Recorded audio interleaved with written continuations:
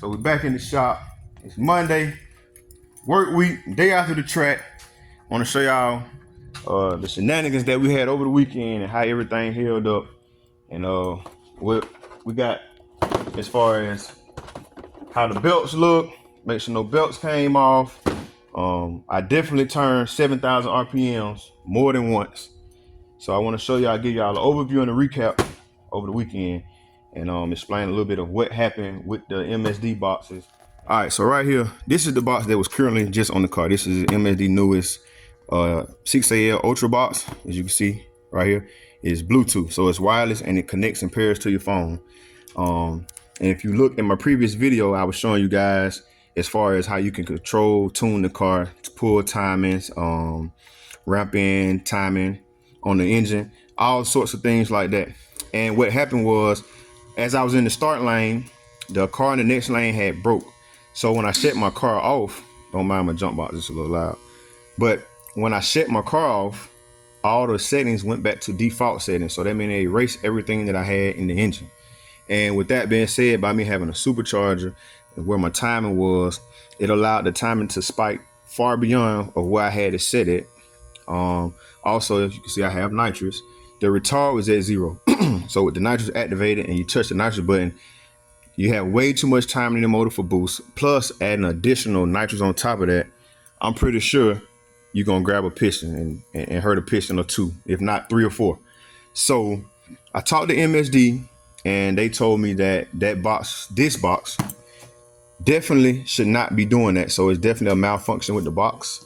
I had to order this box and wait on it to put it on my car. As soon as I get it out, go to one track event and possibly have to pull the engine again. But I'm just making this video so if a lot of you guys are running this box or thinking about running this box, just be aware that always double check your settings. Once you set everything on your phone and shut the car off and turn it back on, you want to make sure it's there, but you want to do it more than one time, because I was checking it numerous of times and the settings have not changed. So I'm thinking everything is good, and then boom, there you go. It didn't go kaboom. So hopefully we're in good shape. This is the box that I would normally run. This is the 6 Plus digital, and it has all the rotary dials, how you set and tune the engine, everything on the front. And I've been running these boxes for years with my nitrous application and superchargers, and they work fine. So this one is definitely fully replaceable under warranty. But I think I'm gonna go back to what I know.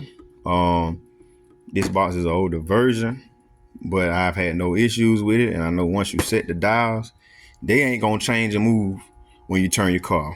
Sorry, MSD, but I just had to put that out there. So I think what I'm gonna do is put this box on the car instead of this one. I'm gonna change the plugs, check the oil. We're gonna crank it up and see if everything is still living up under there. Hopefully we still got oil pressure, good oil pressure.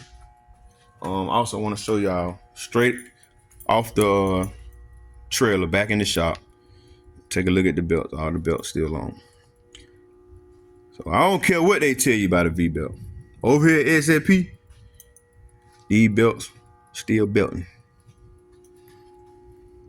So we finna go ahead and swap this box out, see if I can catch something before they close, get it installed, put some new plugs in it, check the oil, crank it up, and let y'all know what it got. So stay tuned, lay around.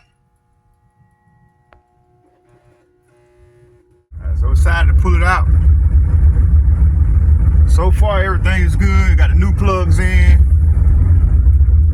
Got some fresh oil.